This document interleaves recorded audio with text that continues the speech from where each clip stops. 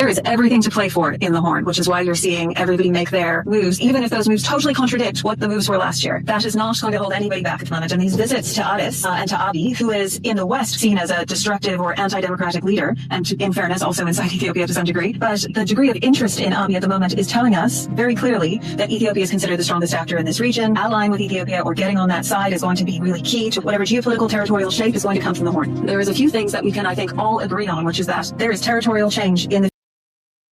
future of that region. The country መቸም ኣብ ቀርና አፍሪካ ዘይፍከርን ዘይባሃልን ዘረባ የለን እንተበልና ዝቅ ምግናን አይኮነን ምክንያቱ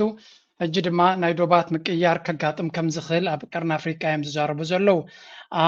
ብፍላይ እቲ ናይ ብልጽግና ሚዲያ ናብ ቀርና አፍሪካ ብዘተኮረ ፍላይ ምስ ኤርትራ ብዝተሓሓዝ ሓድሽ ቅዲ ናይ ሚዲያ ተጠቂሞም ዘሎ ከርየኩም ክፍትኒ ምክንያቱ ንነዊሕ እዋን እንዲኦም አንጻርና ኩጉስጉሱ ጸኒሖም ነዚ ሕጂ ሓድሽ ኣምጽኦሞ ዘለው ከርየኩም ምናልባት ንሕና ኣድዋብቲ ክንገብሮ I hope ኤርትራውን ኣብ ገለ ፖይንት ንዑ ከተኸቲላ ዘይኮነስ ከምዚ ዓይነት ግን ንኤርትራ ዝያዳ ዘርብሕ ኮይኑ ይስማዓኒ Century, foreign powers have tried to test Ethiopia's sovereignty, but history has a brutal lesson for anyone who tries. In 1875 and 1876, Egyptia launched massive military campaigns to control the Nile Valley. The result? Total annihilation by Ethiopian forces at the Battle of Kundat and Gura. Through the unfair 1929 and 1959 treaties, and by weaponizing regional conflicts in the 60s and 70s, continuous efforts were made to choke Ethiopia's resources. None of it worked. Standing on international law, Ethiopia defied every diplomatic trap and built the Grand Ethiopian Renaissance Dam, proving our right to equitable and reasonable use of the Blue Nile. Today, from attempts to block Ethiopia's access to the Red Sea, to alleged funding of internal armed groups, to fragment the nation, the old script is being replayed. But unity remains our shield. ሕጂ ከም ትሪእዎ ዘለኹም ብእንግሊሽ ዝዛረቡ ነዚ ሓድሽ applications ከም በዓል ቲክቶክ በሎ ከም በዓል ኢንስታግራም ፌስቡክ ወላ እውን ዩቲዩብ ሾርትስ ብኸምኡ ዝምጥን መንገዲ ብእንግሊሽ ዘሰልጠንዎም ሰባት ገይሮም ሰፊሕ ዝኾነ ፕሮፓጋንዳ እዮም ዝነዝሑ ዘለው ኢትዮጵያ ኣብ ዘበነ ብልጽግና ኣብ ዘበነ አብይ አሕመድ እቲ እንኳ ትፈልጦ ነገር እንተለዋ ፕሮፓጋንዳ እዩ እቲ ፕሮፓጋንዳ ይሰርሓሉ የለን ብርግጽ ግን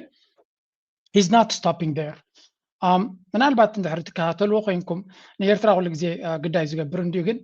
ወይ ንኤርትራ ክሓስ ዝፈትን እንዲሁ ምናልባት እዚ ጅብ እንግሊሽ ዛረብዎ ዘለው እዩ ንግብፂ ኣብ 800 ከባቢ ኣብ ግብፂ ክትወሮም ኢላ ከም ዝመፀት እሞ ኣብ ጉራዓን ጉንደትን ብዝሕፍር መንገዲ ከም ዝሰዓርዋ ሕጂ እውን እንትኾነ ብዝተፈላለየ መንገዲ ናይ ቀይ ባሕሪ ሕልምታትና ንምቕፃይ እዚ ዘረባዚ ኢንተንሲቭሊ ዝዝረብ ዘሎ ብሰንኪቲ ናይ ምስ ቀይ ባሕሪ ኤርትራን ግብፅን ዝገብርዎ ዘለዋ ንዑ ብምትኳር እዩ እቲ ዘረባ ዝግበር ዘሎ ሕጂ እንታይ እዩ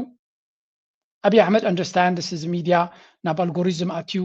ንመፃኢ ንኣሽቱ ወለዶ ከመይ ጌርካ ማኒፕሌት ክትገብር ትኽእል እዚኦም ሂሮም ኣለዉ እዮም whoever it is ንጊሮም ኣለዉ እንጂ ብብዝሒ ሓበሬታ ዝተጠምዘዘ ሓበሬታ ሓቂ ዝመስል ታሪክ ዝመስል ጌርካ ዝሰርሕ AI ዝኾነ ድማ ከምዚ ናይ AI ኢንስቲትዩት ስለ ዘለዎ ነዚ ኩሉ ቪድዮታት ወሲዱ ናብቲ ዴታ ሰንተርስ ወይ ከነቲ ዴታ ይቕልብ ኣሎ በዚ ዝቕለብ ዘሎ ኣብ ቀርና አፍሪካ እንታይ ክገብር ይፍትን ኣሎ we need to understand I mean ደይርዶ ሰብ ኣይኮነን ኣይብለኩም እየ ግን ኩሉ ሰብ ካይርዶ ክብለኩም ኣይክእልን why is this ሰብኣይ እዚ ስቕ ኢሉ ዘይከውን ፕሮፓጋንዳ ዝነዝሕ ዘሎ ሃገሩ ትምው ዘለና ኢና ንብል ዘለና ተገብር እዩ 10 ግዜ ዛ ባሕር ዛረብ ዘሎ ቀይ ባሕሪ ብሓይሊ ክረኽቦ ኣይክእልን ኤርትራ ድማ ክስዕራ ኣይክእልን እንታይ ዳ ክገብር ዝፍትን ዘሎ እንተርኢ ኢልኩም ኣብቲ ዘረቡ ኢኻ ትብገስ ተደጋጋሚ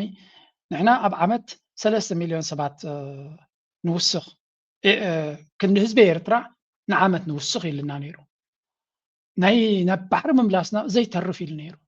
ንሽተይ ሃገር ሒዞም ንዓና ጓንዮምና ዘሎ ስለዚ ኣብ ኤርትራ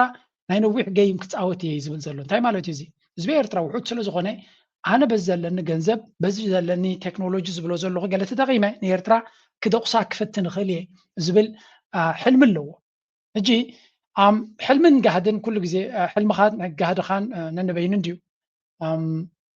እንታይ ግን ከርየና ይድፍትን ዘሎ ነቲ ታሪክ ጠምዚዝካ ነቲ ኢንተርኔት ምሂርካ ነቲ ንእሽተይ ወለዶ ክጥምዝ ዘሎ ትኽእል ዘሎ ይመስሉ ኣሎ በአዋለት ጥራይ ኻይ ገይሩ ሃርመና ወይ ፕሮፓጋንዳ ከገብር ዝፍትን ዘሎ በአንድ ወቅት የሀገራችን የኃይል ዋስትና ማዕከል ነበረች ዛሬ ደግሞ የህልውናችንና የፍትህ ጥያቄ ሆናለች ለምን ለሚለው ጥያቄ ከታሪክ እስከ ምግባር እንዲህ ነው። ደርግ ለአሰብ የሰጠው ትኩረት ልዩ ነበር። በሶቪየትና በዩጎዝላቪያ ድጋፍ አሰብ በምስራቅ አፍሪካ ተወዳዳሪ የሌላት ዘመናዊ ወደብ ሆና ተገንብታም ነበር። ሁሉም በላይ የዜኔ ነዳጅ ማጣሪያ ተቋም ድፍድፍ ነዳጅን በርካሽ እንድናጣራና የውጭ ምንዛሬን እንድንቆጥብም ታስችሎ ነበር። በ1980 ዓ.ም አሰብን ራስ ገዝ በማድረግ በቀጥታ ለአዲስ አበባ ተጠሪ ማድረጉ ወደፊት ሊመጣ የሚችለውን አደጋ ቀድሞ የመከላከል ብልህ እርምጃ ነበር። የአሰብ ሴራ የጀመረው በ1862 ዓ.ም ነው። ጣሊያናዊው ሳፔቶ ለንግድ ኩባንያ በሚል ስም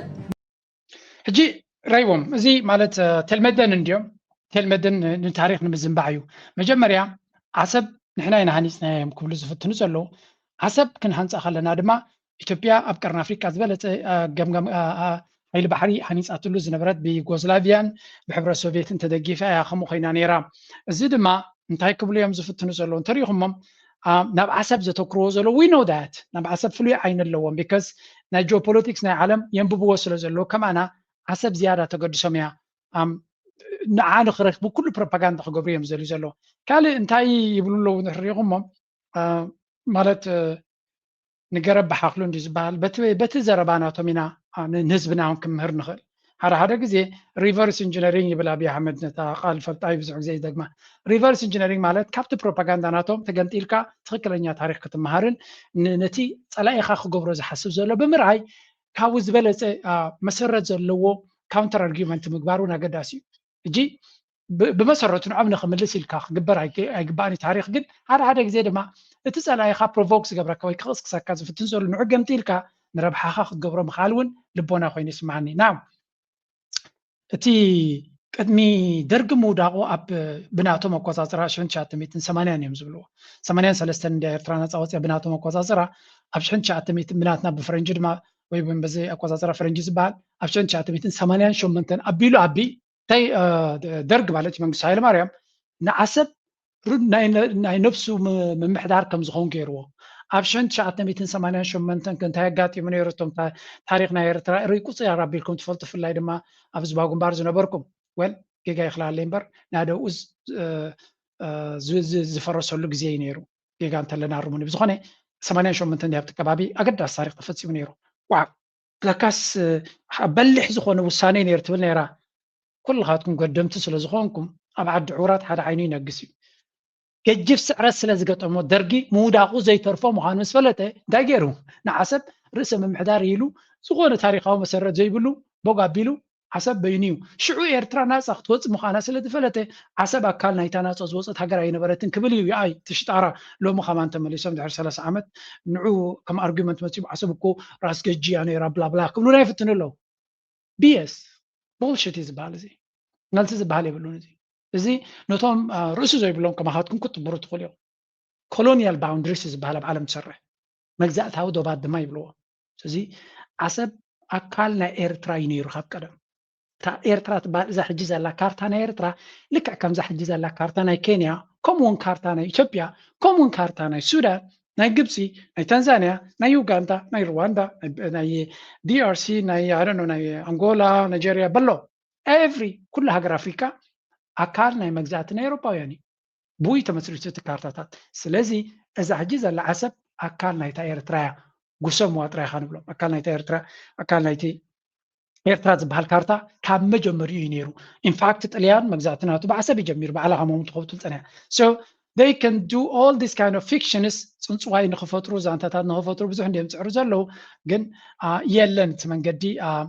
ሸፈፍ ኢልኩም ማሕለፉ ጥራይ ዓሰብ የለ ወላ ጅን ዕፍሪት የለ ክትረኽቦ ኣይኮንኩምን ቀበፅዎ ከምታ ጡብ ኣዴኹም ዝቀበፅኩሞ ቀበፅዎ እዩ።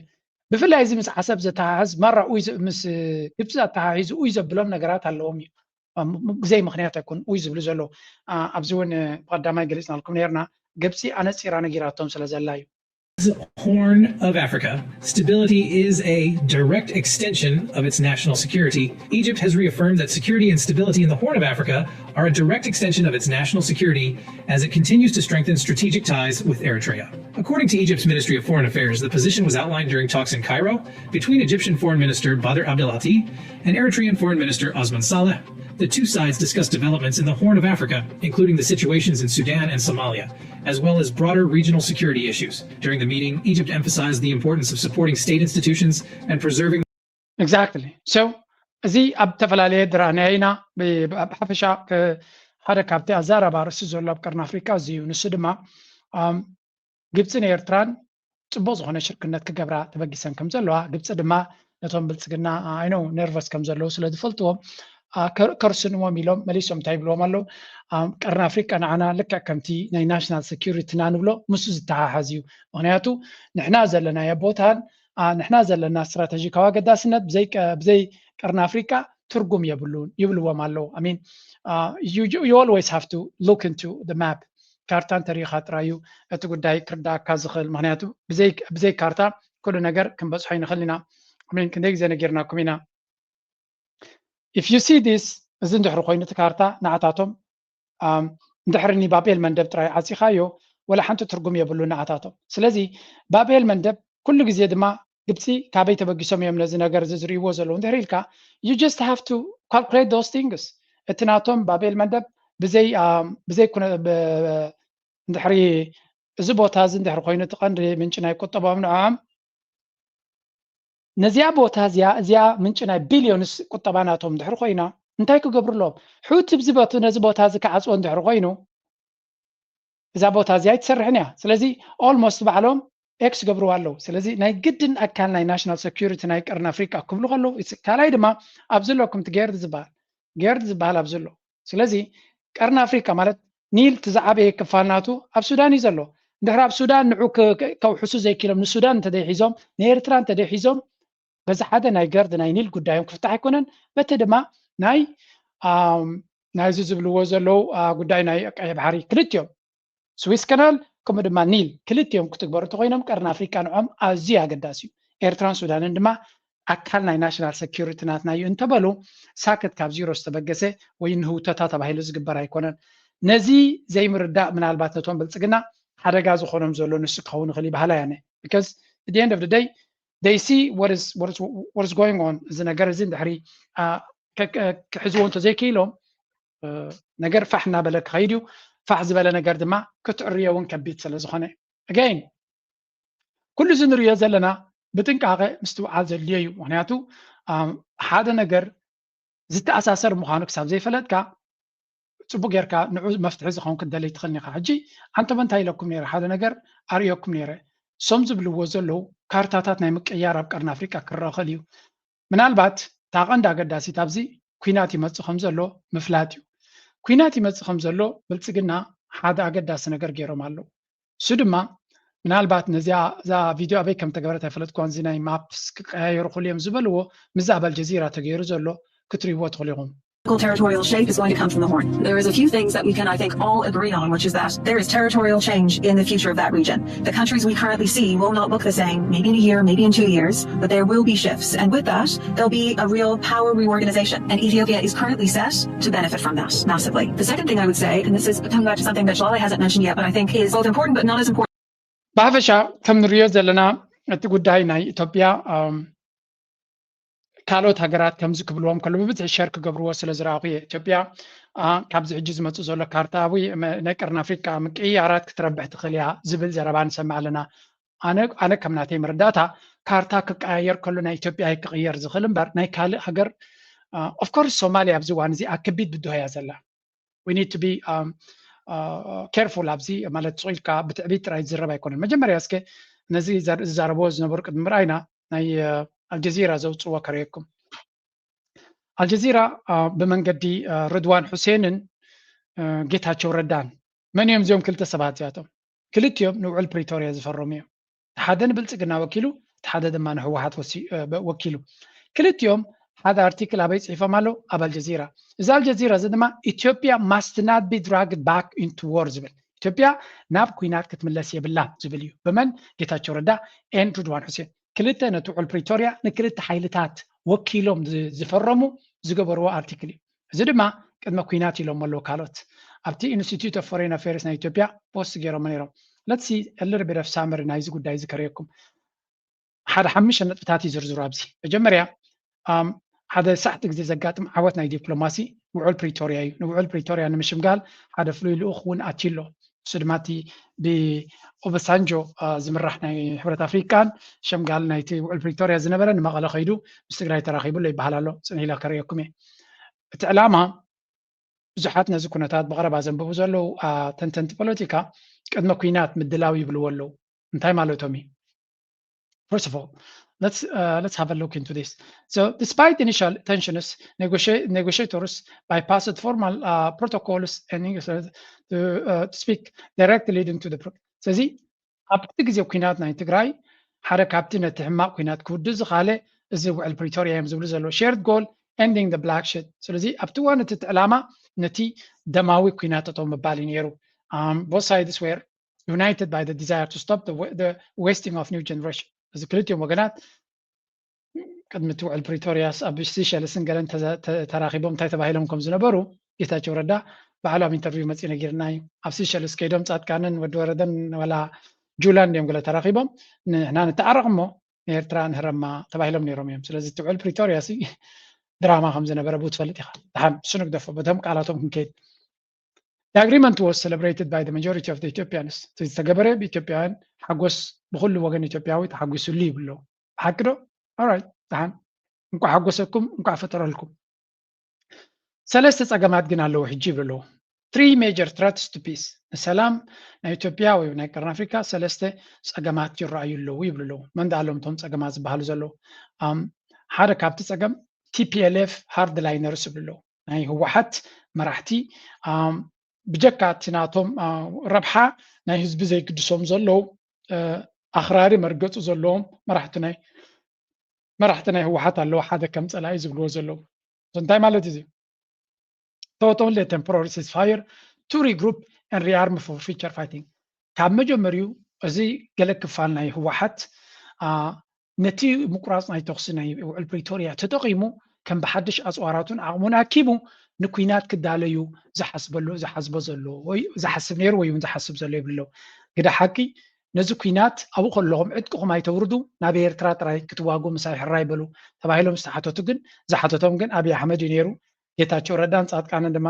ኢንጂነርስ ናይቲ ሓሳብ ብድሕሪ መጋረጃ ነይሮም ቀፂሉ ኣምሓራ ፋኖ ሚሊሻ opposed the deal claiming the federal government was too lenient toward the TPLF ናይ ፋኖ ሚሊሻ ድማ በዚ በትውዕል ናይ ውዕል ፕሪቶሪያ ጠቕላላ ደስ ኣይበሎምን ምክንያቱ ንሱ ንህወሓት ብዘርብሕ ኣብይ ኣሕመድ ንዖም ጠሊሙ ከም ዝገበረ ኢሎም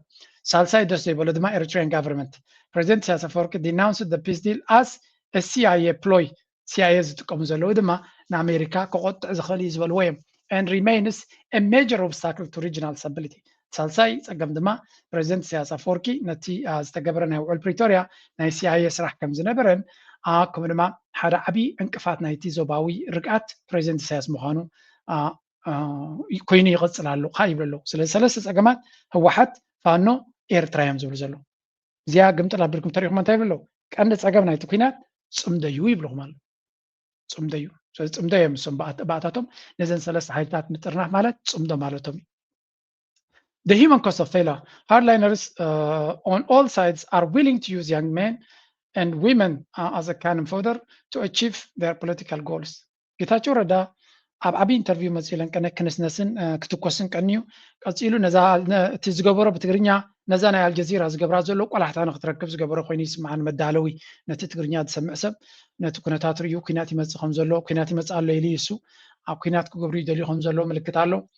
ካልኦት ጀነራል ናቶም እቲ ሓደ ጀነራል እውን ተዛሪቡሉ ከስዋዓኩም እየ ተመሳሳሊ ዘረባ ይዛረብ እሱ ብኩሉ መንገዲ ተመሳሳሊ ርእይቶ እዮም ዝህቡ ዘለዉ ቀፂሉ the call for international action ነቲ ዓለም ማሕበረሰብ ዓለም ፃውዒት the authors argue that the Pretoria agreement is the only path to lasting stability ስለዚ ውዕል ፕሪቶሪያ ትምኮ መፍትሒ እዩ they call for the international they call for a firm international pressure against those attempting to tear up the deal and drag Ethiopia back to war ስለዚ ማሕበረሰብ ዓለም ተሪር ዝኾነ ፀቕጢ ንገብር ዓብ ፀቕጢ ንክገብር ነዞም ሰለስተ ሓይልታት ንህወሓት ንኤርትራ ንፋኖ ንሰለስቲዮም ሃሪሙ ኢትዮጵያ ናብ ካልእ ኩናት ከይተኣቱ ንክኽልክል ኩሉ ዝከኣሎ ክገብር ኣለዎ እናበለ እዮም ዛረቡ ዘሎ ሰው ንሪኦ ዘለና ኩነታት እንታይ ዝነግረና እንድሕር ኢልኩም they are just telling the world that እቲ ኩነታት ናበይ ገፁ እንታይ ክገብሩ ይደልዩ ከም ዘለዉ ግን ኣቐዲሞም ናይ ምእዋይ ክእለት ስለ ዘለዎም ተመክሮ ስለ ዘለዎም ቀልጢፎም የእውዩ ኣለዉ ወልሲ እዚ ነገር እዚ ናበይ ክኸይድ ከም ዝኽእል ቢቢሲ ብዛዕባ እቲ ዝካየድ ዘሎ ንእሽተይ ሪፖርት ገይሩ ነይሩ ኩናት ትግራይ ሰላማዊ ፍታሕ ንምርካብ ዝተመዘዘ ፍሉይ ልኡኽ ሕብረት ኣፍሪካ ፕሬዚደንት ናይጀርያ ነበር ኦሉሴጉን ኣባሳንጆ ሎሚ ምስ መራሕቲ ትግራይ ከም ዝተረኸበ ተገሊጹ ኣባሳንጆ ምስ ኣብ ቀረባ እዋን ፕሬዚደንት ትኽልል ምዃኑ ዝኣወጀ ኣቦ መንበር ሕወሓት ደብረጽዮን ገብረ ሚካኤል ተራኺቡ ኣብ እዋናዊ ጉዳያት ከም ዝተዘራረበ ቢቢሲ ካብ ቤት ጽሕፈት ፕሬዚደንት ዝረኸቦ ሓበሬታ ይምልክት ኣምባሳደር ኣዲስ ባሌማ ንጋዜጠኛታት ኣብ ዝሃቦ መግለጺ ኦሉሴጉን ኣባሳንጆ ኣብ መንጎ ሕወሓትን መንግስቲ ፌደራልን ዲፕሎማስያዊ ዘተ ንክጅመር ጻዕሪ ከም ዝገብር ሓቢሩ ጅመር ጻዕሪ ዝገብር ዘሎ ኣብ ርእሲኡ እቲ ሕዚ ዘሎ ኣብ ጫፍ በፂሕ ዘሎ ዋዒ ናይ ኩናት ክንኪ ክሰርሕ እየ ዝብል መሽሙ እዩ ዘለዎ ስለዚ ካብኡ ተበጊስና ናበይ ከም ዝበፅሕ ቀሪና ንዳያሎግን ፖለቲካል ዳያሎግ ክፉት እዩ ኦፊስናት ንሕና ኩሉ ሰዓት ድልዋት ኢና ኩና በልና መግለፂታት ክንውፅ ኣለና ኣብዚ ነጊርናዮም ኣለና እቲ ዘለና ፀገም ዘሎ ዘሎ ኩነታት ነጊርናዮ ኣለና ንሱ ተረዲዎ ኣሎ ናስዋይ ቀልጢፈ ክኸይድ ኢሉ ያው ሰዓቱ ሕፂሩ ክኸይድ ይፍትን ኣሎ ንምንታይ ኡ ከይድ ድማ ክዘራረብ ኣብዚ እዋን ኣብ መንጎ ክልላዊ መንግስቲ ትግራይን መንግስቲ ፌደራል ስለዚ ከም ትሪእዎ ዘለኹም ተቐላጢፍካ ነቲ ኩናት ኣፈርክቦ ከም ዝልክዕ ኣብ ካልእ ዓለም ዝነበሩ ኣብ ላስት ሚኒት ጉያ ቀልጢፍ ንትግራይ ሰሚዑ ንኣዲስ ኣበባ ከይዱ ልክዕ ሓዊ ከጥፍ ዝጎይ ዘሎ ኣነ ተዋስኦ እዩ እዚ ስ ድራማ እዩ ንዓይ ቢካዝ ሕብረት ኣፍሪካ ኣዲስ ኣበባ እዩ ዘሎ ደይኖ እንታይ ይካየድ ከም ዘሎ ከመይ ዓይነት ቁጥዕናትካ ደምካ ኮይ ዘፍላሓልካ ኩናት ዘይደልዩ እንተኮይኖም ኩናት ጠጠው ንኽተብል ጠፊዎም ኣይኮነን ግን ኣብዪ ኣሕመድ ኩናት ስለ ዘሊ ዘሎ ንኣብዪ ኣሕመድ ካቨር ንክገብሩሉ ሽፋን ንክገብሩሉ እዮም ናብዚ ቦታ ዝኸይዶም ዘለዉ ዝብሉ ሰባት ኣለዉ ሓቂ ድማ ይመስል ምክንያቱ ኣብዪ ኣሕመድ ንኩናት ይዳለኹም ዘሎ ኩሉ ነገር ይፈልጡ ነይሮም ኣንፃር ኤርትራ ዝብሎ ዘሎ ጥራይ ደይሩ እዩ ሉላውነት ናይ ኤርትራ ቤናይ መለክዕ ብክንደይ መለክዕ ገይሩ ደፊርዎ ኣሎ ክሳብ ሕጂ ግን መግለፂ ውፅኢት ትጋገለካ ዝበለ የለን እዚ ኩሉ ሚድያታት ናቱ ሰፊሕ ፕሮፓጋንዳ ኣንፃር ሉላውነት ኤርትራ እናገበረ ከሎ ንሓገደፍ ኢሉ ሓንቲ ፅሕፍቲ ከማን ኣብ ፓብሊክሊ ኣይዘርግሑን ኣሎ እንታይ ማለት እዩ ድሕሪኡ እጂ ኩናት ምስ ተጀመረ ሰራዊት ምስ ኣተወ ሓደ ልኡኽ ናይ ሕብረት ኣፍሪካ ንስመራ ከይዱ ይብሉካ ጎ ቱ ሄል ብከምዚ መንገዲ ጠጠው ዝብል ነገር የለን ስለዚ ሓቂ ሓደ ግዜ እቲ መንግስቲ ኤርትራ ካብዚኣቶም ተስፋ ቆርፅ ግን ተስፋ ቆሪፅካ ካብኦም መላይ ድማ ስለዘይዋፅእ እምበረ ተስፋ ዘቑርፁ እዮም እዚኦም ብፍፁም ኣብ ኣፍሪካ ሰላም ከምዘይመፅእ ዝገብሩ ዘሎ እዚኦም እዮም كك ندقل ما خاينه معد جنزل كاي باخن ولكا قصم ترحا ماسي لايك سيريسلي زياتهم سأبتكم زليس كده حانز نيو أب كروح عالم زلوس كيف الطو يقولون هذه زابهم كفيلم زلو كان سرح بلون السودان تكاتل الله سوماليا نبكينا تأتلا تقرأي أب أم حرب كينا تكادل ولا حنتا يبلون سافجيت أب أوروميا بتغرسيان تقاتلا أي تزاربون ولا حنت زبلوا مجلس أيرانا تقرأي يجي كالو كينات كملاش دللو أنت واحد كمان بوزعبا قدينا تقرأي قدوس مخانون كمان زقربني ስለዚህ I'm just ولا خلاي كاري وند سبايز كاريك بيتك خلي بالكم من سي قال ما كلاي ادمه مالتي كباب 4 5 زلو just energy زلو نتو ጉዳይ ሓላፍነቱ ሲዱ ክሰርሕ why is it like ኣብ ሓደ ግራ ማህበራት ዘሎ ትራይነት ጉዳይ ክዳን እዩ ዝፍት ምክንያቱ ኣብ ሳንጀና ኣብነዚ ናይቲ ውዕል ፕሪቶሪያ ሽምጋል ንሕሪልካ ሰብ ዛብ ዘሎ ዕድመ ሕማማቱን ኣሎ ክሓምም ይኽእል እዩ ኣገዳሲ ዲል ክገብር ናኸደ ኩሉ ሕማም ይመጾ ንሓደ ሰሙን ሆስፒታል ተኣትዩ ሰሙን ምሉእ ስራሕ ተጠውብል ማለት እዩ ምንታይ ኣነ ሰብ ከቆናፅብ ኢለ ኣይኮንኩ ብውሕዱሲ መንእሰያት ወይ ከዳሓን ዝኾነ ዕድመ ክትገብር ኣይትኽእል ሕብረት ኣፍሪካ I don't understand this man these people are just ኣነ መግለፂ ናተይ ማለት ነቲ ኣፍሪካ ክቕይርዎ ዝደልዩ ተኮይኖም ሲ መጀመርያ ምቕያር ኣብኡ እዩ ክግበር ዝግብኦ ግን it's just I don't know ንእሽተይ ተዛሪብ ነይሩ ንዑ ከስማዓኩም ኢለ ኣብ ገለ ክፋል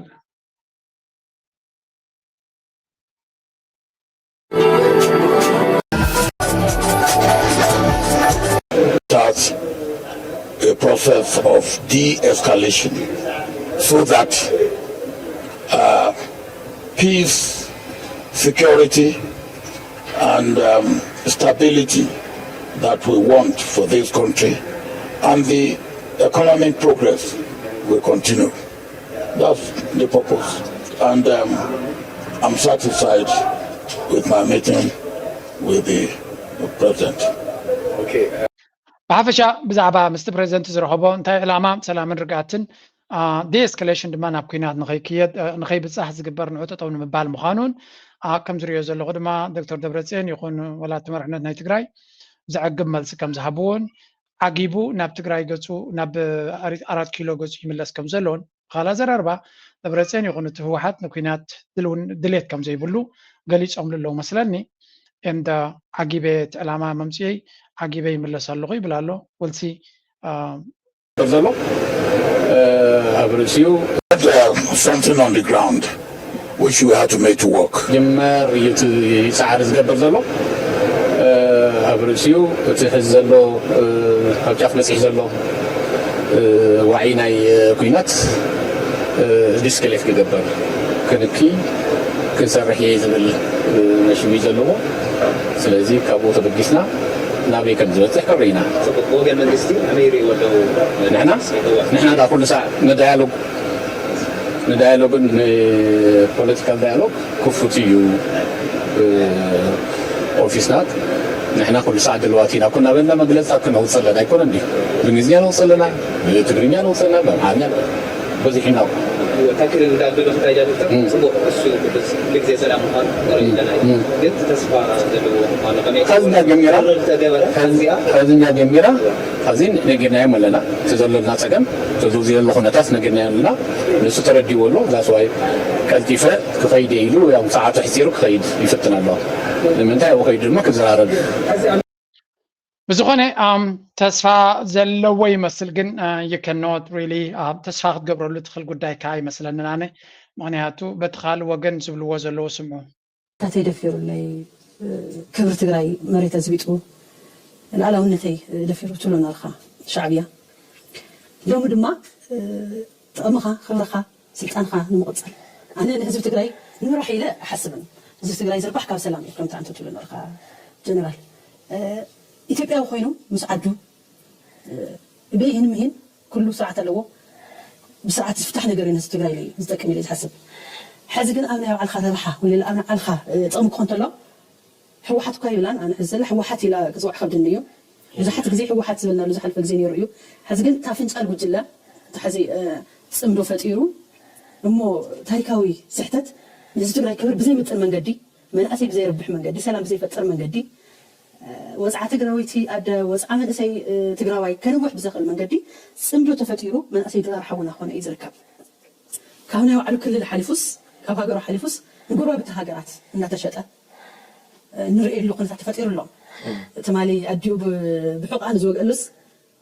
እቲ ደምኪ ሓወየ ከይነቐፀ ከይተደበሰስ ሓዚ ድማስ ኣነ ናቱ ሓላዊ ኮይነ ምውፃእ ማለት ካብዚ ዘሕፍር ዝለዓለ ተግባር የለን ፅምዶ ኢሎም መፅኦም ኣለዉ ተፃሚዶም እውን ያው ሱዳን ንግብፂ ንኤርትራ ንሻዕብያ እናተሸጠ እዩ ዝርከብ መንእሰይ ትግራይ ሞ ሃም ሓደ ንዓዱ ብዙሕ ዋጋ ዝኸፈለ ጀነራል ሃም ሓደ ኣብ ዓብዪ መሪሕነት ትግራይ ለሎን ዝነበረን ዳሩ ንህዝቢ ዝሓስብ እንተዝኸውን ነይሩ ተው ዘሎ ጉጅለ እኳ ግደፊኦም ቱ ጀነራል ዝብል ቱ ጀነራል ሓንቶ ይታይለክየ ሓደ ጀነራል ብዛዕባ ዓዲ ዝሓስብ ብዛዕባ ኑሮ ክሓስብ እዩ ብዛዕባ ዲፕሎማሲ ክሓስብ እዩ ብዛዕባ ኢኮኖሚ ክሓስብ እዩ ብዛዕባ ፀጥታ ዓብዩ ክሓስብ እዩ ዲፕሎማሲ እውን ዓብዩ ዝሓስብ ክንመሃር ከለና ዲፕሎማሲ ዓብዩ ፖርሽን እዩ ዘሎ ስለዚ ከምዚ እንተኮይኑ እታ ጉጅለ መግደፍያ ዝቐድም ሒዙ ዝሞተ ሓይሊ እዚ ጀነራል ኣብኡ ዘሎ እንታይ እዩ ኮይኑ እንታይ ኢሎም ኢሉ እንታይ መፅዎ እታ ኢትዮጵያ ጀነራል ዝገበረታ ሰብ እንታይ ፈርሐ ጀነራል ከይትውልኒ ክብልዎም ይኽእል እዩ ምክንያቱ ንጀነራል ዝምጥን ስራሕ ዝሰርሕ ዘሎ ምክንያቱ ናይ ጀነራል ሓሳብ ኣይኮነን ዘለዎ ናይ ከባቢ ናይ ጥቕሚ ናይ ህልኽ ናይ ዘይሓስብ ሰብ ናይ ስልጣን ሰብ ይትሓስብ ዘሎ ካብቶም ዘይሓስቡ እንታይ ዝብል ኣሎ ዘይሓስቡ ጀነራላት ኣለዉ እዮም የት መሓለም ኣለዉ እኮ እዮም ብዛዕባ ህዝቢ ብዛዕባ ምናምን ዘይኮን ብዛዕባ ሃፍቶም ብዛዕባ ባዕሎም ብዛዕባ ዝናዎም ሓስዮም ዝኮርሰባት ስለ ዘለዎ ስለዚ ህዝቢ ትግራይ ምኖም ኣይኮነን ህዝቢ ትግራይ ምኖም ኣይኮነን ብጣዕሚ ብዙሕ መስዋዕቲ ከፊልና ኢና ኣዱ በኺያ ጥራሕ ኣይመስለኪ ተናዲዳስ መድሓኒት ኢናስ ክትحمم كلا أنت ملحن تحكمنا نقيتها تباهل بحر ود بحر بالي تموت كتاي تقدم كم تريوم زلهم بب ترى ناموتو نتي حزب تግራይ نمرحتو نمزنطال جاي يخلع الله ينبر تبلصقنا ወይ ውን እቲ ወደድ በሃል ጠቅላላ ብዛዕባ ትግራይ ምዝራብ ገዲፎም መምሱ አውትሶርስ ገይሮም ነቲ ስራሕ ተሲ ናብ መን ሸይጦም ኢሉ ናብ ጌታቸው ረዳ ናብ ጻድቃን ናብ ዚ ኢንተርናሽናል ጀነራል የዝበለ ናብ ካልኦት ኩላቶም ብምሻጥ ንሳቶም ካብቲ ጉዳይቲ أنا وطينا هنا نحن زملكت قداي كونن نحن زمتن قداي كونن أما بالات يوم الله it's just incredible أركمز درجة كبتح مخالط قداي أجي أنت نقدر كسمعكم إيه بالاتهم يتبعون بلوه تجارب بلوه ينزل قداي زي غلطة من قد سمعوا بزي نغتسل إيه مسنيرو بفلاي هذه نام تجراي زقبرو كينات نام إرتراز زقبرو كينات لعلتنا يبلس قلنا بنجستي نام سودان زقبرو نام فانو زقبرو ناي ورم حيلات أولا زقبر من كله زقبروا من كسرات لعلي تناي بلصقنا أيه عرسو في تطويل زكالس أكل لعليو أبتقراي أفتم خطوان زنور حيلات اليوم ناي تاريخ سوانا ناي تقصواس سوانا ناي تمتفاء سوانا خوينهم زركو سلازي تقصواس خوينات الأوقات بلصقنا دينا خنلو ناي أبي تقارو إلا دينا خصوام سو كوانا كستايو تايو يلكاتا أمن مالت بزلك عزي ينوزلك عزي وريدوم زكايدو وقصواس بسور خيزوم سبات زيادة مسي خلتا سلست عمد كوينات سمور حزن وريا حدا زغرو وقمقام مسكف قمقام مسكف مالت أما عالتات تحادي مسي كدنيو أقرأ معلتي مغلقنا بتينا يبل تحادي مسي كوينات كجمريو يبل بقى مالت زغوينات زيس مجمارو أي قرين يبل كمني ساموراز مسؤولو دما كوينات جمهوري يوم إلى آمن كان تبتأ تيلوم كن تايدو يبل نفرطو منا بجعون إني بقى مالت ساعات نفرطو منا كنفرسو منا كمزينا قلقل الزبل خلتاتون تعزبها مزيتا تعايزو سلاقي أوشت تقرأي نهلو تقارو بدرون مسيو انت شفشفو نزيون كم زينا عود كفاهم توداهم زورو قاليمون نمنعين سراوي توقع بتم راح تطرحها ليتي خلكا تشوفهم زلكا كم تري وزلهم تقارو اتيوم مزلو درجة نسألها خايت منه لي ايت منه لوني خاجين قالوا تقارو دما نزو دايزي تقراي هبز بلصت مدرخ يا زلا كبلو خات تسمع مغنياتو حركات تقنص اجمنا زنبره اوشتنا زلو صلاتي نساتهم كبانا كوصون كرحكون سلستجبره كم عوت يزر زبل دما تسمع صنحيلناهم كملسل كوينا زي تحد دايمنشن نايتي زغبر زلو كويناتيو منالبات حنت تراي كوسخلكم دحري نابتي بوغنا محرا زوت زلو ميديا بفلاي نقطبانا بلصقنا زملكت كمون حركاتي بتتقاقامي زرب زلو خنسمعكم زي. For a century, the Ethiopian Orthodox Tewahedo Church has been a cornerstone of Ethiopian identity and faith. Last week, in Arusi, the sacred church, over 101 years old, was burnt to the ground. More than 50 people were killed, and countless others fled for their lives. This violence is not new. Since the government shift 8 years ago, the church has been targeted by Wahhabi extremists. As Ethiopia counts the votes from its latest national election, with Prime Minister Abiy Ahmed expected to remain in power, a far deeper crisis is threatening to split the country's social fabric entirely apart. Ethiopia's ancient Orthodox Church is sounding the alarm over an alleged بحفشا كم تري وزلهم أرثوذكس سايد بتكريستيان ناي إثيوبيا زور دا زلو سقايد أرجع أبت مين ستريم الحقيقة تلو حدا معلت كم قليلو ناب أبي ناب دونالد ناب مني خطولو ناب دونالد ترامب بس خواني مغنياتون كريستيان كتكلاخ ليلو بنيجيريا زقبر زلو رينا لنا زمالتها مالتيو قبل الكريستيان زقبر زلو كامبين في لايت انترناشونال ميديا في لايت صلوتنا سوشيال ميديا بإنجليش بزح فيديو تات كسرحو يسمع اللغو زدما منالبات كأنزان اي تزبي فايرال زخدلو من قد انتو تفتيرو أبقل بوينت كبيت زخونا حدقا كمتصوب يمتصو مخوني نتبلتكنا and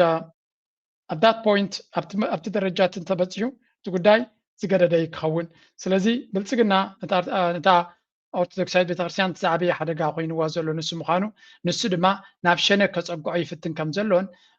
تفل عليه حسابات النهبة نتبت كريستيان شقر هيبوهم زلون ولو نافشنة ድሕሪ ኮይኑ ዝገብሮ ዘሎ ነዚ ጉዳይ ትብል ተኮይንካ ክሳብ ሕጂ ክትፈትሖ ዘይከኣልካ ንሸነ ክስዕር ዝኽእል ዓቕሚ ስለ ዘይብልካ ድዩ ዝብልካ ካልእ ብግምጣሉ ዝመፁ ዘሎ ስነ መጎድ ድማ መሊሱ ከጨንቆ እዩ ዝረአ ዘሎ ትብልፅግና ማለት እዩ ስለዚ ገይን ብኩሉ መንገዲ ክረአ ከሎ እቲ ኩነታት ነቲ ብልፅግና መዋፅኦ ሲኢንሉ ዘሎ ጉዳይ እዩ ከመይ ኢሉ ከሎ ድማ IMF ድማ ኣብ ክሳዶም ተጠቕሊላቶም ከም ዘላ ስምዑ ላይ ኣብዚያ is actually very very interesting ኣብዚያ ሓንቲ ፅብፅበት ፀብፃብ ናይ IMF ነይራ ተደርጎ ሰሞኑን በስፋት የተነሳው የአብይ አህመድ አገዛዝ የተበደረው በዩሮ ቦንድ የተበደረውን ገንዘብ ያው ወለዱን ጭምር መክፈል ያልቻለበትና የብድር ማሸጋሸግ የወለድ ምህረትን ጨምሮ የተለያዩ ስምምነቶችን ለማድረግ ከፍተኛ ጥረት ሲያደርግ ሰንብቷል። ግን የተሳካ አይደለም። አበዳሪ ተቋማቱ በጣም ታገስን፣ ብዙ ጊዜ ጠበቅን፣ ነገር ግን ብራችንን አላገኘንም ብለው አሁን የመጨረሻ መፍትሄ ብለው እየወሰዱ ያሉት ክስ ነው። በዓለም አቀፍ ደረጃ የአብይ አህመድ አገዛዝን ለመክሰስ እንደወሰኑ ነው የሚሰማው። እስቲ ስለዚህ ጉዳይ ምን ማለት ይቻላል? ብዛዕባ ናይ አሜሪካ ብዛዕባ ናይ ኢትዮጵያ ዕዳ እዮም ዝዛረቡ ዘለው IMF ብዙሕ ድጎማታት እንዲ ዝገብረሉ ዘሎ አብይ አህመድ ግን ካልእ ካለዎም ዕዳ ካብ ቦንድ ሸይጡ ነቲ ኢንተርናሽናል ኢንቨስተርስ ተለቂሑ ነይሩ ካባቶም ነጂ ነቲ ዝግብኦም ወለድ ይኸፍሎም ስለዘየለ ብኩሉ እቲ ናይ G20 ፍሬምወርክ ዝብል ድማ ዝበሃል ነይሩ ንዑኒ እቲ ናብ ሽግር ዘለዎ ሃገራት ከም በዓል ብልፅግና ከመይ ጌርካ ተትሕነኒ ዝብል ቦቲ ዝግበር ዝነበረ መንገዲ እውን እንትኾነ ክድሕና ይከኣለን ኣሎ። ስለዚ እንታይ ክግበር ይብሉ ያሉት መንግስቶች መሳይ አንደኛው ቻይና፣ ሁለተኛው ፈረንሳይ፣ ሶስተኛው ጣሊያን ነው። እንደምታውቀው የጣሊያኑንም የፈረንሳዩንም የቻይናው ይቅርና ጉንጭ እየተሳመ ለማስማማት ተሞክሮ ነበረ። መንግስቶቹ በዚህ ላይ አይገቡበትም። ይሄ የፕራይቬት ጉዳይ ስለሆነ ያልገባቸው ነገር ይሄ ነው። ይሄ ፕራይቬት ጉዳይ ነው፣ ፕራይቬት ቢዝነስ ነው እና እነኚህ ክሬዲተሮቹ ወይንም ደግሞ አበዳሪው ኮሚቴ አይሆንም ብሎ ያንንም አለቃሕቲ ናይ ብልፅግና ተፈላለየ ካቴጎሪስ ኣለዎም። ሃገራት ኣለዋ ከም በዓል ቻይና ብዙሕ ዕዳ ዝሃባ፣ ፈረንሳ፣ ጣልያን ካልኦት ሃገራት ነዞም መራሕቲ ናይ ቻይና ድሓንግደፎ ነቶም ናይ ፈረንሳ ግን ቻይና ብኸመይ ተደቅሶላ እንድሕር ኢልኩም ቻይና ተደቅሶ የላንቲ ዕዳ ግን ነቲ ዕዳጋ ናይ ኢትዮጵያ ነቲ ዕዳ ናታ ከተደቅሶ ኣይከኣለትን ኣላ ወይ እውን ክትክፈል ኣይከኣለትን ግን ከም ግብረ መልሲ ግን ቻይና እንታይ ትገብራላ ነቲ ዕዳጋ ናይ ኢትዮጵያ ኤሌክትሪክ ካርስ ናቶም ይኹን ቴክኖሎጂስ ናቶም ገለመለ ብብዝሒ ነቲ ዕዳጋታት ኣብኡ ከም ዝሰርሑ አብይ አሕመድ ምኽፋት ክገብር ከም ዘሎ ይገብርዎ ኣለዉ። ብኡ ድማ ብዙሓት ካምፓኒታት ናይ ቻይና ብኢትዮጵያ ኣትዋ ኣለዋ። ቻይናውያን ነቶም ገለገለ ሰባት ቻይናውያን ኣብ ኢትዮጵያ ዘሎ ሪስክን ሓደጋና ይረኣዮምን ድዩ እንድሕር ኢልኩም ነይ ቻይና ሪስክ ትበሃል ቃልሲ ሓደ ምሁር ክዛረብ ከሎ እንታይ ኢሉ ኣብ ቻይና እታ ሪስክ ትበሃል ቃል ኦፖርቹኒቲ እያ ትትርገም ኢሉ እታ ሪስክ ንብላ ንሕና ስንዓታቶም ከም ዕድል እዮም ዝርእይዋ። ስለዚ ዳትስ ዋይ ኣብ ኢትዮጵያ ኩሉ ሰብ ናሃደመ ሞር ቻይና ኢንቨስት ዝገብሩ ዘለዉ ንሓታቶም እዚ ሕጂ ተፈጢሩ ዘሎ ሃጓፍ ይረኣዮም ስለ ዘሎ ከም ዕድል ይርእይዎ ነዊሕ ስለ ዝጥምቱ መይ ብዓቢ ክጓሓፍ ይኽእል ይኸውን እቲ ሃገር ግን ክትቅፅል እያ ዝብል እምነት ስለ ዘሎ ብካልእ እቶም ቀንዲ ንኣቢ ፀገም ኮይኖም ዘለዉ ነቶም ናይ በዓል ፈረንሳ ናይ ጣልያንን እግሮም ናስዓመ ምሳኹም ሓዊኹም እየ ኣይደንግፁ ለይናበለ ሸለል ይብልዎ ህልው ኮኑ እዮም። እቶም ፕራይቬት ኢንቨስተርስ ግን በፍንጫ ነዘን ገንዘብ ተረክብ ይብሉ ኣለዉ እንተዘይሂብካ ድማ ናብ ሕጊ ክንከይድና ኢሎም ኣለዉ። ስለዚ ኢትዮጵያ እታ እንቁ ሃገር ዕዳኣ ክትከፍል ዘይከኣለት ወይ እውን 2-3 ሃገራት ኣለዋ ናብ ዲፎልት ዝኣተዋ ዕዳአን ክኸፍላ ዘይከኣላ ይበሃል ኣለዋ ኢሉ ስለዚ ፌይልድ ኔጎሲዬሽንስ ንክመልሰሎም እሶም ዝተዘራሪቡ ኣይሰለጠን ሄርካት ሪዳክሽን ክሳብ 18% ክጎድለሉ ሓቲቱ ነይሩ ኣይሰለጠን ደን lower the request to 12% ናብ 12% ክጎድል ናይቲ ዕዳ ምሕረት ክግበረሉ ሓቲቱ with a 5% interest rate over 3 years ኢሉ creditors rejected both proposals ክልቲኡ ዘቕርቦ ዘሎ ኣይከኣልኩን ይብል ኣሎ ንሳቶም ከዓ ናይ ንህባካን ኢና ይብልዎ ኣለዉ ሌጋል ትረት ሕጂ እቶም ኣለቃሕቲ ተስፋ ስለ ዝቆረፁ ናብ ቤት ፍርዲ ክኸስዎ እዮም they are prepared to sue the Ethiopian government in international court a historic and humiliating first for the country ስለዚ ኣብ ዓለም ለኻዊ ቤት ፍርዲ ኢትዮጵያ ጠልጠል ከብልዋ ምዃኖም እዮም ዝነግሩ ዘለውን ኢትዮጵያ ድማ ዝለዓለ ታሪኻዊ ውርደት ኣብ ቅድሚ ዓለም ክኾና ይብላ ኣሎ diplomatic failure despite the government's attempts to use diplomatic ties with China, France, and Italy to influence the situation. Private creditors view this strict as a business matter and refuse to budge. ولو كاب بهجرات جيرو بدبلوماسي كدك سنت فتنة أوتم أو فرتوي ونالا كحتي زي قداينا business يو دبلوماسي خلا رستي ونحنا جنزبنا ملسلنا قال ندليه بلنا يقولوا سلزي نبي بيت فرديك خدلو زخلة تعدل نعبي خي كم زلهم زنقول زلوا and how they might pay بخميك كفلوا يقولوا نزبل دما maybe cutting budgets for healthcare and infrastructure maybe انت تقديدهم نتني healthcare كم دما نتعنا يقول ني كالو زقبر ويد نتعتبر تزبلوا زلوا قديفهم كعبام تيم كفلوا الغنيم كمون وتدراوي باجتهم كقدلوا يقولوا غنم ويون توساخي تاكسس قبل الحزب غيرهم كونوا خلو بحفش عجن زين إثيوبياويان كبد زبالة مدرخ كابتو زلوه زقدد مدرخ كتوم زخل مخانو يزقمتتي بروفيسور again كل زي ناس دمامره زخيد زلو قداي مخانوون مجنزابي لي أبكالوون دي بحال زلو نقول لك أنا لاقي وصلنا فتنزلنا أنتي كونفرنس غيرهم علوتهم من يخاطب لهم زم دابل تسقنا مالتيو بزعبا أنت اسك كونفرنس كيرو مالو إجا بزعبا دوبات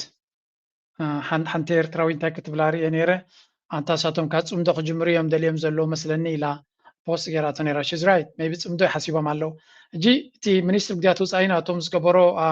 تي انستيتيوت اوف فورين افيرز تبل حدا ايفنت داليو نيرو نسدما تي سنترال تيم لا ويكات ما كلاي ارسنايتي بعلان تاينيرو Jafar Bedu Glasban emphasized that the borderland communities are central to effective governance, stating that they should be viewed as gateways to regional integration rather than isolated margins. በቲ ኣብ ዶባ ዘሎ ህዝቢ ሲ ኣገዳሲ እዩ ነቲ ዞባዊ ምትእስሳር ንምፍጣር ስለዚ ዝተነፀሉ ህዝብታት ዘይኮነ ኣብ ዶባ ዘለዉ ህዝብታት ንሓድሕዶም ዝፋለጡ ስለዝኾነ ነቲ ሽርክነትን ምትእስሳር ንብሎ ዘለና ካው ክብገስ ኣለዎ ይብሉ ኣሎ ግን እንታይ ዝብል ካብ ስቑላ ደይፅምዶ ስስዩ ከይበሃል እዮም መስለኒ baseline assessment and they want a featured presentation Dr. ብላብላ ኢሎም ብዙሓት ኣምፅኦም እዚ ክግበር ተኮይኑ ግን ግድን ምርድዳእ ክብፃሕ ክኽእል ኣለዎ ፖለቲካዊ ዲስካሽንስ ክግበር ክኽእል ኣለዎ ግሉፅነት ክህልዎ ኣለዎ ንኣብነት participants examined the roles of immigration security agencies and border police concluding the effective management requires a comprehensive national policy and deep coordination among the state institutions, local communities, and regional bodies. بحفش أنت أيام زبلو زلو إيجاد ونيرو حبرة أفريقيا ونيرو أبتي وعلى أيام زبلو منجستي نتكون نتاتي زل على ناي منجستي كالاتهم ناي سلاي يقولون ناي ميجريشن يقولون ناي سكيورتي ناي كالات كلاتهم ويقولون ناي دوبات بوليس ون organized بزخونة من قد كت متوقم زلو أيام زبلو زلو بحفشة أتي صمدو تابيز بالتبقسين دحريلكم من الباتاني عند فيديو غير نيرو أبتا فيديوز قبرا قالك فعلناتو تنكي فوانيرو. Today I want to give you some updates about Tsumdo Salam, also known as Engagement for Peace, and give you some updates on where the initiative stands, what has been accomplished in recent weeks, and where we are headed next. As many of you know, Tsumdo began as a grassroots peace initiative to prevent another catastrophic conflict in the Horn of Africa. And since then, it has grown to be a broader regional peace initiative that includes stakeholders from Country was alone Dani كم حدا executive director نايتي Eritrea Next Policy Institute زبل نتسم دما أبدأ خينو كدف أزلو يلسل زبلة تاجروا مع لوك سب حجيب زعبات تستقبله request private strategic briefing on media زبلة زلوا سكان الشيخ سمعجن تسم دو نبي خيدو خمسلو يزن جرزلو بحفشة ناي policy institute يو تي platform زي مسرتو زلو نشتك several purposes. First, the platform is regarding the initiatives, any progress made thus far. So, based on that, today I want to share with you a few important developments that are taking place. So, let's go to that. One of the most important recent developments is actually the launch of Tsumdo's platform, Tsumdo's public information and international engagement platform. Now, this platform will serve several purposes. First and foremost, it will provide accurate information about Tsumdo. because as you know, there's a lot of speculation about what Tsimdo is and what Tsimdo is not, a lot of information out there. So this hub will serve as a primary communication platform for Tsimdo so that everyone gets accurate information. The second is to document activities. ስለዚህ እዚ ትሪእዎ ዘለኹም እዚ ዌብሳይት ዳኒ ምስ መንግስቲ ኤርትራ ተዘራሪቡ ዝገብሮ ዘሎ እዩ ማለት ናይ መንግስቲ ዝገብሮ ዌብሳይት ኣይኮነ ናተይ መረዳእታ እቲ ሓላፍነት ናብ ግለሰባት ምሁራት ወሪዱ ስለ ዘሎ ነቲ ኩነታት ተረኪቡ ድማ እዚ ዌብሳይት ዝትሪእዎ ዘለኹም እቲ ቀንዲ ፕላትፎርም ናይቲ ፅምዶ ዝበሃል ኦፊሻል ሓበሬታናቱ ወይ እውን ኢንተርናሽናል ኮሚኒቲ ክጠቅም ዝኽእል ሓበሬታናቱ ኣብዚ ቦታ እዚ ካውን ከም ዝኽእል እዩ ዝነግር ዘሎ ፅማቕ ናይቲ ዝብላ ዘሎ ክበኩም እሞ because this is very important ብዙሕ ብዛዕባ ፅምዶ ክውንን ዘይክውንን ሓቅን ሓሶትን ተሓዋዊሱ ይወፅእ ስለ ዘሎ ኣገዳሲ ተፅምዶ ድማ ናይ ሰላምን ናይ ምትሕብባርን ምዃኑ እዩ ዝገልጽ ዘሎ stakeholders መን እቶም ቀንዳቡ ዘለዉ originally involved Eritrea and the Ethiopian region of Tigray and Afar መጀመርያ ኤርትራ ምስ ክልላት ናይ ትግራይን ዓፋርን እዩ ነይሩ It has now broadened to include representations from the Amhara region, Wukildina Kab Amhara Commune, Kapkalot bordering countries like Sudan, South Sudan, and Somalia. Leadership and appointment. G country was a long capital assert or Hamish transition up to night Sumdo Ab Port Sudan Stahede, ni Mr. Daniel, nighty Sumdo director Nukon at Yomalo, and Adama, what's Limbirnalina, Yerhasan Nailana, and Yerhasan Naile. ካልኦቱን ከምቕትሉ ክትግድግፎን ይመፀን ኪ ዴቨሎፕመንትስ ክሳብ ሕጂ ተገይሮም ዘለዉ ናይ ፕላትፎርም ተገይሩ ከም ዘሎ እሱ ድማ eritreanext.org ዝብል ከም ፕላትፎርም ተመስሪቱ ከም ዘሎን ንፅምዶ ዝምልከት ድማ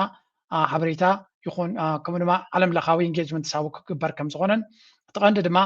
ንፁር ሓበሬታ ከምኡውን ዶኩመንትታት ዘድልዩ ኣብኡ ብቐሊሉ ንኽርከብሉ ዝኽእሉ ካብ ኢሎሞ ገይሮሞ ተባሂሉ ካብ ዝብል ካብ ወረ ወዲ ወረ ገዲፍካ ብቐጥታ ናብ ጽቡቕ ዝኾነ ናይ ከምኡ ድማ ብዛዕባ ፖሊሲ ሜከርስ ሪሰርች ቶፒካት ገለ ዝኣትወሉ ቦታ እውን ክኸውን ስለ ዝበሃል ዘሎ international outreach information pockets have officially been submitted to major global bodies ስለዚ already ብዛዕባ ጽምቶ ኣገዳሲ ሓበሬታ ንሕብረት ኣፍሪካ ኣብ ኣዲስ ኣበባ ንዩሮፒያን ዩኒየን ኣብ ብራስልስ ከምኡ ድማ ንዩናይትድ ኔሽንስ ኣብ ኒውዮርክ ብወግዒ ተዋሂቡ ከም ዘሎ እዩ ዝንገር ዘሎ the initiative is getting traction outside of ካብ ዓለም ለኻዊ ሚድያታት ድማ ከምቲ ዝድለ ኣቓልቦ ይረክብ ከም ዘሎ እውን ይገልጽ ማለት እዩ ስለዚ ናይ ብሓቂ ናብ ዝፅቡቕ ደረጃ ይኸይድ ከም ዘሎ ኢና ንርኢ ዘለና ንዳኒ ድማ ደጊምና ደጋጊምና ኣምላኽ ሓግዝካ ናብ ዝለዓለ ደረጃ ከተደይቦ ነቲ ጉዳይ ድማ ንምሕፀን እናበልና ኢና ፕሊስ ዳኒ ኣተባብዑለይ ኣብ ኤሪትሪያ ኔክስት ትብል ቻነሉ ኸይድኩም ድማ ሰፖርት ትግበርዎ I hope ኣብ ካልእ ግዜ እውን ብካልእ ኣርእስቲ ንራኸብ On Ethiopia, building prosperity through the Red Sea. Before we begin,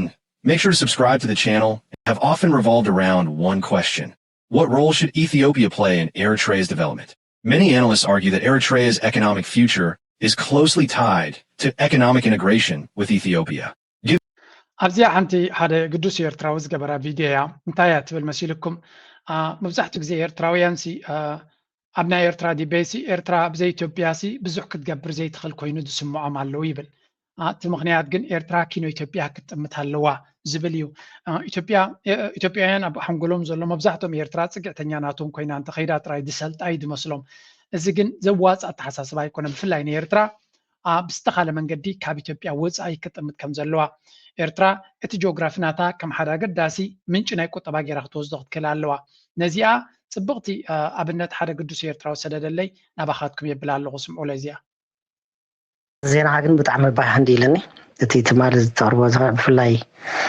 ልዕሊ ናይ ወፃኢ ሃገር ተቕርቦ ኣብቲ ውሽጢ ዓዲ ኣተኪርካ እተቕርቦ ዜና ብጣዕሚ ወሳኒ እዩ ምክንያቱ ኣብ ሓደ መፅሓፍ 48 law of power ዝብል 48 ሓይሊ ወይ ጸላእቲ ኻቶም ፍሬንድስ ኣብ ክልተት ያተመቕሎም ፓሲቭ ኤንድ ኣክቲቭ ፍሬንድስ ብሎም ሕጂ ከም በዓል ግብፂ ፓሲቭ ፍሬንድስ እዮም ኣክቲቭ ኣይኮኑን ኩሉ ግዜ ሙሉእ ምሳኻ ፓሲቭ ክብል ምኽኣልኩ ኣነ እንደን ኣብኣ ጸላእትኻ ተጠቀመሎም ተዩዝ ይርኢና መትብለሳ ሕጂ ክሪኦ ከለኹ ብኩሉ ዜና እዚ ነገራት ዝግበር ዝናይ ፓርትነርሽፕ ዝግበር ዘሎ ምስ ግብፂ እዚ ሕጂ ዝመፅእ ዘሎ ብምሉኡ ኩሉ ምስ እንታይ ዝመፅእ ዘሎ ኣሜሪካ ምስ ምልዓል እናታ ኣብ ኤርትራ ዘለዋ ገፅ ምስ ጠመተት ሕጂ ከም በዓል ግብፂ ፓሲፍ ዝገብሮም ነዚ ኩሎም ምስ ረብሓታቶም ይኸዱ ምስ እዮም ዝኸዱ ምክንያቱ ኣሜሪካ ናብዚኣ ገፅ ክሓለፍ እንተደይላቶ ከም ክገብር ወላ ሓንቲ ይፈቅድልካኒ ወላ ሓንቲ ዝኾነ ዓለም ቻይና ይኹን ራሽያ ይኹን ዝኾነ ብጣዕሚ ኤርትራ ዝኾነት ወላቲ ናይ ዘላ ከምቲ ብቀዳማይ ዝበልካዮ ንዓ ግብፂ ኩልን ሃገር ግን ኩሉ ግዜ ብፍቃድ ናይ ኣሜሪካ ይድለ ኣብቲ ሕጂ ብዙሕ እዋን ምስ ግብፂ ተተሓዘ ግብፂ ካብ ቀደም ነቲ ባሕሪ ናይ ኤርትራ ምን ዝግፋ ዝገፎ ግብፂ እዮም سعودية متيم قيفهم مخدو بماشين قفيفهم كندي عصب بلا شيء مخدو قبت عوين مانوال جيرم سجاز قبصو وزخلو قيح بحري وزخلو سجمات ندخل دخل قبت نيم نيم زقفوني ربيان فعفام ساعتهم عاوز لازم أقولكم ساعة شو ما تنجراجويت جيربي وده باس التمرير حجي قبتي يوم زقفوا قبتي بمول أن ما أخذ ناي قبتي أبز بحري ندو على سرين تتكامل عصا هفت بحري معناته قيح بحري بفلاين إرترا وجن بتعمل سلام وجن بيس لزغنا زبز عصا تالو هذا قدس إيرترا وندي سيد لي يغني اللي قبل يدلي قلسي أمس إيرترا كسري هم سمع بتاعمل كمستحقوسه مخنياتو أب بحر سلة سرح أبتي جماعة بحرنا إيرترا تمدي بيسرح سلازنا برا أساساتنا بزي زخوني يكون ديل دوز نبر الصميم سلازي أنت وحده بحقاو من قدي ربحك نروح بلو نخيل من قدو ويني فتر سلازلو مسجبت زجبر في اللاي شركات قال كابتن عند ما معدناتن فيشرز هبت عسان أبتك عند اسم معناتهم سلازلو إزي كما قداسي زرّي I hope أنا بايتا تتكبيرو كن ريو زبل ريتوناتو صبوغ يرو سديدو لي قرب دمس غيرنا مخنياتو ما كي I don't know أب أفريقيا سلازلو تساقمات كي سمو عميلة خم قبري هر غزي زخوني جن نجيريا سلازخون كي فلتيو زخوني زيون أكلناتيو حنت هجي نبقى تعك حلف يلنك أنا سماع كون زرباتات كسمع مجمّر يا بزن نجمّر ኖች ገንዘብ ደግሞ ብዙ እኛ ሀገር ብዙ ስህተቶች ተሰርተዋል ተብሎ የሚታሰብ ከጸጋ ልምምዶች ላይ እና ኢትዮጵያ ውስጥ ላለው የወንጌል አሁን መጠልሸት የነሱ ገንዘብ ብዲያስፖራ ተጋሩሲ ይሐፍር ይልካስ ጸሐፈለ በይዘኻ መንታን ትኩረት ክንረክብ ቆዩ መንታ ይኮነን አነስ ይረክብ ይረክብ ይቅርሺ بوزح سلا سرح أفتر رسالة وكل سلا زلوا خون فيون سلا زلوا سيركب يه تري أكتز جبرت كومين تجبر دويل زبرتها ولا أنا باي زواج حسي إرتراوي يعني يوم حق وحط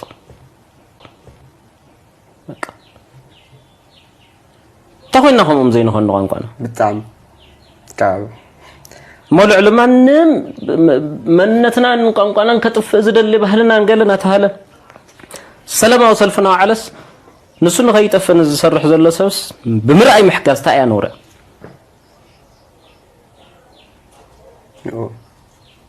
سلازي زعبا إيرتراويان تعذبتني دزارب زلو كلتين كتحزني أبزيخ ملسلكم كا لو يوانجيل عم متلشت ينسو ገንዘብ እንትን ቶች ተሰርተዋል ተብሎ የሚታሰብ ከጸጋ ልምምዶች ላይ እና ኢትዮጵያ ውስጥ ላለው የወንጌል አሁን መጠልሸት የነሱ ገንዘብ እንትን ነው ያ በቀንነት ግን የነሱ ገንዘብ ሰፖርት ያደርጉ ቲቪ የሚከፍቱላቸው እነሱ ናቸው አዳራሽ የሚከራዩላቸው ስለዚህ ኤርትራውያን ያመጣው ሐሳብ ግን ተበልተዋል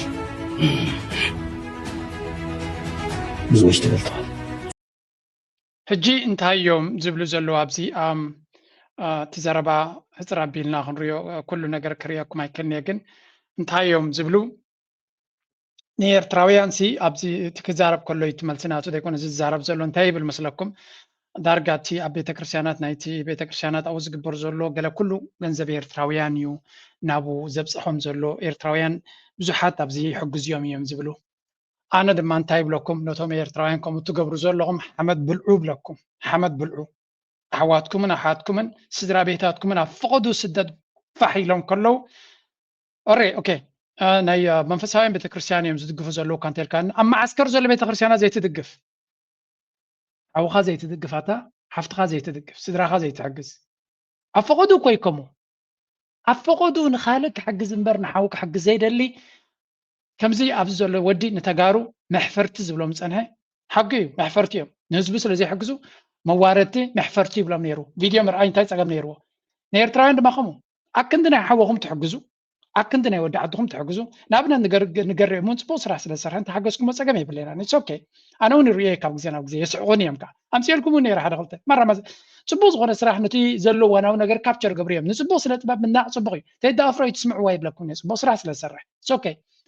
نحو خامر القاف جن لبوناي نحو زي دقف هاجر كدقف حبرتسب كهنس يلي زارب تل حساون لغبات انسلو زغونه تاي بفلاي زيوم ገንዘብኩም ናብ ካላ ሃገራትና ዘረኹም ንህዝብኩም ዘይትሕግዙን ኣሕዋትኩም ዘይትሕግዙ መዋረትይኹም ኣነ ውን ክለግመላ ንህዝቡ ንሃገሩ ዘይሕግዝ ንጓና ክሕግዝ ዝጓየ ኣብ ኢትዮጵያ ኣሎ ክሪዮም ኩሉ ግዜ ናብ ገለ ኢትዮጵያውያን ዘይኣኽልዋ ሚልዮነራትን ቢልዮነራትን ዘለዎ ሃገር እያ ንሓፂዶም ነብሶም ይኽእሉ እዮም ኤንጂኦታት ኣለዉ ገለ ኣለዉ ህዝብኩም ግን ዝጥምተ የብሉን ኤርትራውያን ስለዚ ንህዝብኩም ዘይምሕጋዝኩም ነቶም ከምኡ ዘይትገብሩ ተዋረዱ ኢልኩም ውርደተኛታት ስለ ዝኾንኩም ኣብ ቅድሚ ህዝብኩም ክትዋረዱ ኢኹም ሓደ መዓልቲ ንህዝቡ ዘይሓገዘን ሃገሩ ዘይሓገዘ ፅቡቕ ኣይረክብን እዩ ኣነ ድማ ነታ ንሱ ዝብላ ዘላ ብኣ ገይረ ክውስኸላ ስለ ዘለኹ እየ ኣነ ኣብዚ ፅርግያ ክኸይድ ከለኹ ዝኾነ ፃዕዳ ንከምዚ ዓይነት ኦርጋናይዜሽን ሓግዘና እንድሕር ኢሎምኒ ህዝቢ ኣለና ናብ ዓደይ ቤተሰብ ኣለኒ ስድራ ኣለኒ መዓት ሽግሪ እዩ ዘለኒ ናብዚ ካብ ዝሕግዝ ንስኻትኩም ካልኦት ይሓግዝኹም ስድራ ኣለውና ዝሕገዙ እየ ዝብላኒ ዋላ እንደቀይኩም እዮም ዝብሎም ክትሕግዙ ዝደልዮም ኣብ ዓድኹም ሰብ ኣለኩም ማንም ዘይሕግዞ ኣብ ኢትዮጵያ ዘሎ ኤንጂኦታት ኣለዎ ዝሕግዝዎ ኣብቲ ዘሎ ገለ ኣለዎ ኣብ ኤርትራ ዘሎ መን ኣለዎ ስለዚ ክትሕግዝ ተደሊኻ ኣብ ኤርትራ ስድራኻ ገዲፍካ ደቂ ዓድኻ ኣብቲ ከባቢኻ ዘለው ቤተሰብ ዘይብሎም ስድሮም ኣብ ኣገልግሎት ዘለው የለው እንዲኦም ኣይትፈልጡ እንዲኹም ዋይ ዶንት ዩ ሄልፕ ደም ሚእቲ ቅርሺ ኣብ ኤርትራ ተሰይድካ ሂወት ሰብ ትቕይር እያ ብፍላይ ኣብካ በስመራን ከረን ወፃኢ ኣብቲ ገጠራት ዘሎ ሚእቲ ጥሪት የግዛኣሎም እዩ ሂወቶም ሓንቲ ጤል ገዝኡ ክእሉ እዮም ተርዲኻን ወይ ክልተ ጤል ገዝኡ ክእሉ ኣይዶን እቲ ዕዳጋታት ከመይ ኣሎ ሂወት ሰብ ዝቕይር ገንዘብ እዩ ኣብ ስደት ግን ወላ ሓንቲ ትርጉም የብሉን ሂብካዮም ሓደ ሃብታም ኣብ ኢትዮጵያ ዘሎ ሂብካዮ ቴንኪ ከማና ይብለካኒ ስለዚ ህዝቡ ዘይግደስ ብህዝቡ ዘይሓሊ ህዝቢ መንእሰይ እንተለካ ኮይኑ ተዋረድ ኢሉ ወይ ክዋረድ ኢኻ ሶሪ ኣነ ሕሪቕኒ በቲ እንተኸድካ ኤርትራውያን እዮም ዝሕግዙና ጓል ትመፅእ ኤርትራውያን እዮም ደው ኣቢሎምኒ ገፅኩም ተርሓቕቶም ከምኡ ትገብሩ ዘለዋ እም ሪሊ ሳድ ስኺልካ ባንኪ ዲኻ ስኻ ድኻታት ኮይም ካቶም ከምኡ ዝገብሩ ሶሪ ኣነ ሕሪቕኒ ማለት ንካልኦት ምሕጋዝ ፅቡቅ እንዲ ግን ሓውኻን ሓፍትኻን ወዲ ዓድኻ ኣብ ፈቐዱ እናተሸገሮ ከሎ ዘይትሕግዞም ኣይተሓዝብለይ ተቆጢዐ ስለ ዘለኹ እየ ብዙሕ ከምዚ ሰሚዐ ለንቀነ ብኸመይ ናይ ሎም ኣርሳብ ዝኹዴ ላይክ ምግባር ሸር ምግባር ርእቶኹምን ሓሳብኩምን ግደፉ ምናልባት ጌጋ እንተለኒ ድማ ኣርሙኒ أبعد زلنا عودنا حفاشي لحدنا بزين سنتنا يسورانا ما يكسر قلبي أيضا منا